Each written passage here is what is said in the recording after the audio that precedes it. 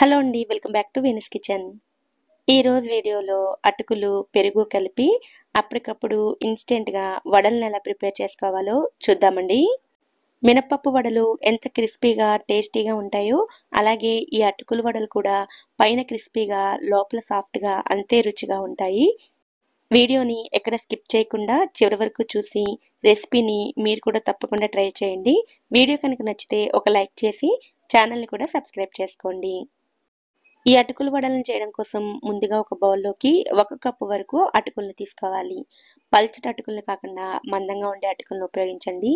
అటుకుల్లో ఉండే డస్ట్ పోయేంత వరకు 2-3 సార్లు క్లీన్ చేసుకున్న తర్వాత ఇందులోకి 1 కప్పు వరకు పెరుగును వేసుకోవాలి.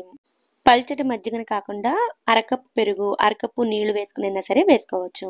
తర్వాత ఇందులోకి 1/2 కప్పు నీళ్లు కూడా వేసుకుని అంతా ఒకసారి బాగా కలుపుకుని ఈ అటుకుల్ని ఒక 5 నిమిషాల పాటు పక్కన పెట్టుకోవాలి. 5 నిమిషాల్లో అటుకులంతా కూడా తడి పీల్చుకుని కొద్దిగా గట్టిపడతాయి. ఇప్పుడు ఈ అటుకులంతటినీ కూడా ఒక్కసారి బాగా కలుపుకుని మిక్సీ జార్లోకి వేసుకోవాలి. ఇలా మిక్సీలో అయినా గ్రైండ్ చేసుకోవచ్చు, లేదంటే చేతులతోనే మెత్తగా మ్యాష్ చేసి తీసుకున్నా కూడా పర్వాలేదు. ఇలా మెత్తగా గ్రైండ్ చేసుకున్న తర్వాత ఈ ముద్దను ఒక బౌల్లోకి తీసుకోవాలి.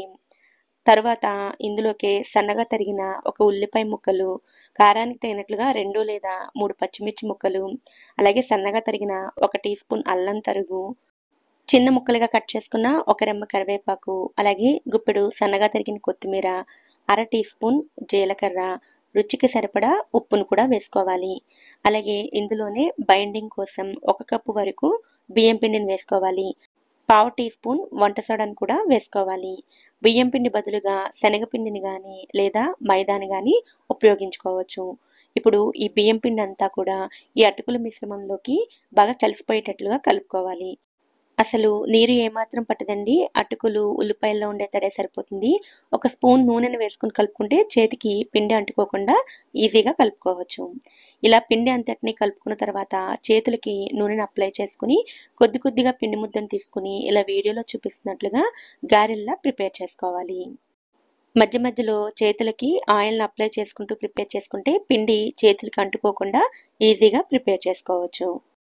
ఇలా గారెల్లా చేయడం మీకు కష్టంగా అనిపిస్తే చిన్న చిన్న పిండి ముద్దలను డైరెక్ట్గా ఆయిల్లో వేసుకుని పుణుకుల్లో అయినా సరే ప్రిపేర్ చేసుకోవచ్చు. ఇలాగే మొత్తం పిండి ముద్దతోటి గారెలను ప్రిపేర్ చేసుకోవాలి. ఇలా అన్నిటినీ ప్రిపేర్ చేసుకున్న తర్వాత వీటిని ఫ్రై చేయడం కోసం స్టవ్ మీద డీప్ ఫ్రైకి సరిపడా ఆయిల్ని వేడి చేసుకోవాలి.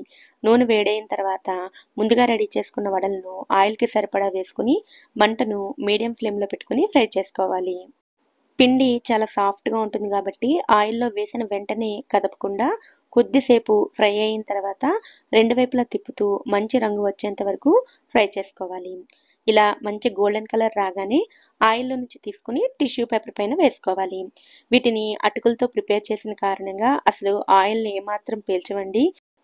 ఇదే విధంగా మిగిలిన అన్ని వడలని కూడా మంచి రంగు వచ్చేంత వరకు ఫ్రై చేసుకుని తీసుకోవాలి.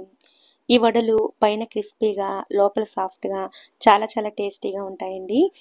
ఎప్పుడైనా ఇడ్లీ పిండి కానీ దోశ పిండి కానీ రెడీగా లేనప్పుడు అప్పటికప్పుడు ఇన్స్టెంట్గా టిఫిన్ చేయాలంటే ఈ వడలను తప్పకుండా ట్రై చేయొచ్చు. టేస్ట్ అయితే చాలా చాలా బాగుంటాయి. ఇలా ప్రిపేర్ చేసిన ఈ వడలను ఏదైనా స్పైసీగా ఉండే చట్నీతో కానీ లేదా స్వీట్గా ఉండే చట్నీతో కానీ సర్వ్ చేసుకుంటే మరింత రుచిగా ఉంటాయి. మరి ఎంతో టేస్టీగా ఉండే ఈ అటుకుల వడలను మీరు కూడా తప్పకుండా ట్రై చేసి మీకు ఎలా అనిపించిందో కామెంట్ సెక్షన్లో నాతో షేర్ చేసుకోండి. ఈ వీడియో కనుక మీకు నచ్చినట్లయితే వీడియోని లైక్ చేసి ఛానల్ని కూడా సబ్స్క్రైబ్ చేసుకోండి. నోటిఫికేషన్స్ మిస్ అవ్వకుండా ఉండడం కోసం పక్కనే ఉండే బెల్ ఐకాన్ని కూడా యాక్టివేట్ చేసుకోండి. Thank you so much for watching.